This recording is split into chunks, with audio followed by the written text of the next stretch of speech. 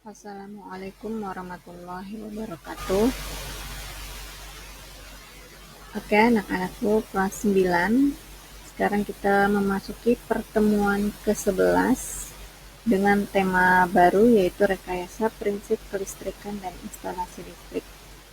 Nah, di sini kalian akan belajar mengenai sistem pendistribusian listrik yang ada di Indonesia, kemudian beberapa jenis pembangkit listrik yang ada di Indonesia dan yang digunakan.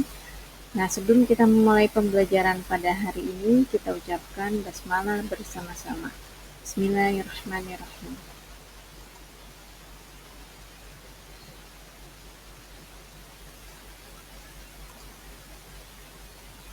Oke, yang ada di depan kalian ini adalah sistem pendistribusian listrik di Indonesia, di mana diawali dari pembangkit listrik.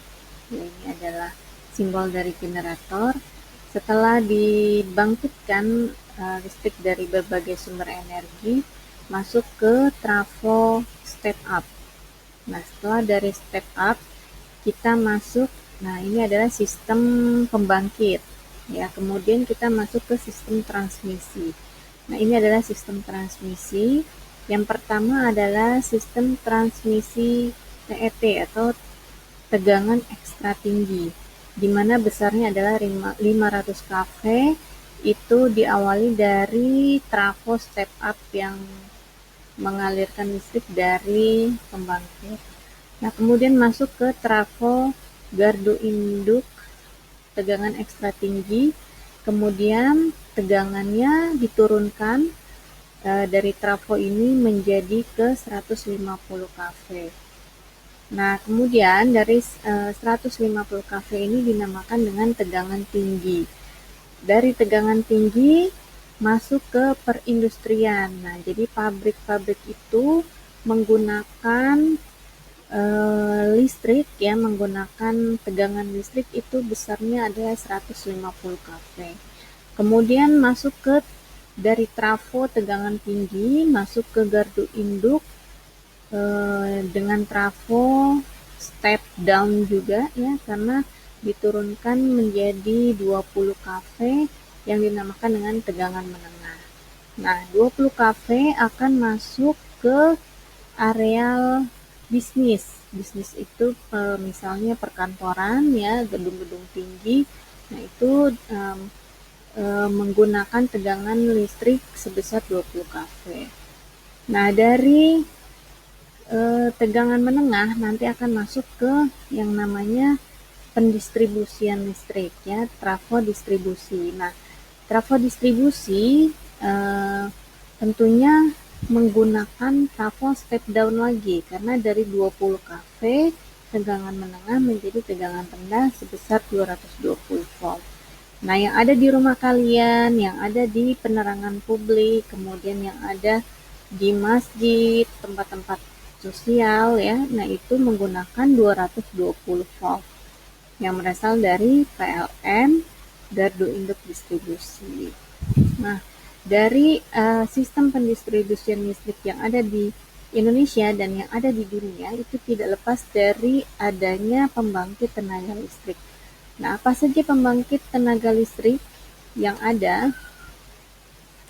Yang pertama adalah pembangkit tenaga listrik air, tenaga air ya.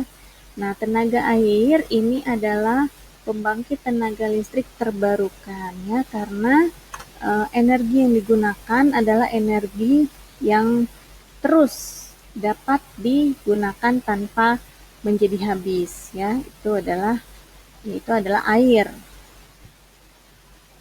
Nah, pembangkit listrik tenaga air mengandalkan energi potensial dan kinetik dari air.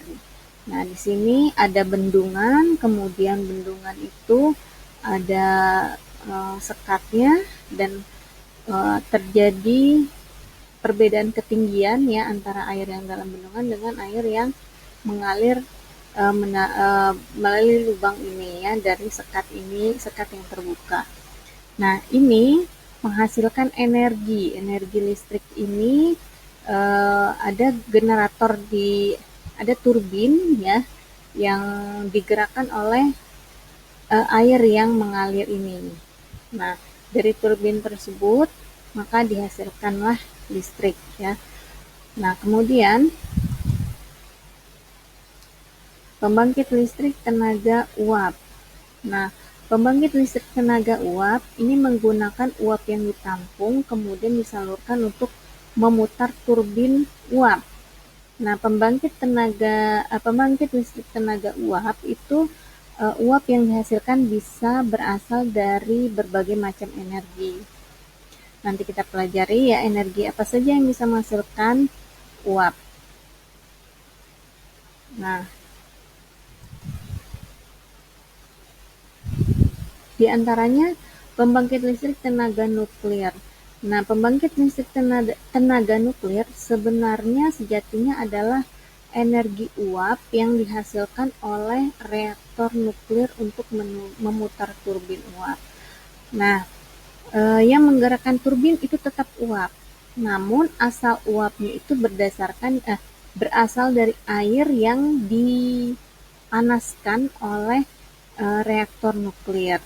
Untuk sementara ini pembangkit listrik tenaga nuklir di Indonesia belum ada ya. Padahal potensi alam di Indonesia itu sangat mendukung adanya pembangkit listrik tenaga nuklir. Kemudian pembangkit listrik tenaga batubara yang saat ini trennya sedang naik di Indonesia ya. Nah, pembangkit listrik tenaga batubara ini sejatinya adalah tenaga uap. Nah, uap itu dihasilkan dari pemanasan media lain ya, bisa air, bisa minyak, kemudian yang dipanaskan dengan energi batu bara. Ketika uapnya berkumpul, maka uap itu akan disalurkan untuk menggerakkan turbin sehingga generator akan menghasilkan listrik. Nah, ini adalah pembangkit listrik tenaga surya, yaitu panel-panel listrik yang akan mengubah cahaya matahari menjadi energi listrik. Nah, ini adalah jenis energi terbarukan karena kita tidak harus menggali bumi untuk mendapatkan cahaya matahari. Begitupun tadi tenaga air ya. Nah, kalau yang sebelumnya itu yang menggunakan tenaga fosil merupakan energi tidak terbarukan karena fosil yang kita gali dari dalam bumi itu bisa jadi habis.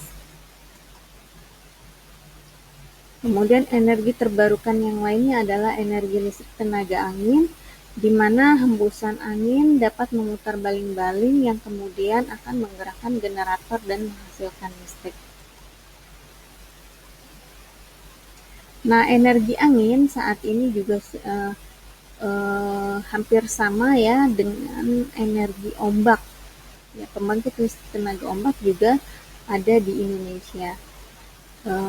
Turbin yang digerakkan itu berasal dari gerakan tiupan angin yang menggerakkan ombak sehingga menggerakkan turbin dan menghasilkan energi listrik dari generator. Nah, ini adalah link untuk PH7 pada hari ini. Silakan kalian kerjakan. Di situ terdapat beberapa terdapat teks ya, teks yang bisa kalian copy linknya, kemudian copy di browser kalian dan sehingga kalian bisa melihat teks apa yang menjadi sumber menjadi bahan untuk kalian dapat bisa menjawab pertanyaan. Nah, kemudian juga pertanyaan yang kedua berdasarkan dari grafik yang Ibu berikan. Nah, grafik tersebut kalian perhatikan sehingga kalian bisa menjawab pertanyaan yang ada. Demikian sampai di sini pertemuan 11 kita pada hari ini. Kita ucapkan alhamdulillah bersama-sama. Alhamdulillahirabbil alamin. Wassalamualaikum warahmatullahi wabarakatuh.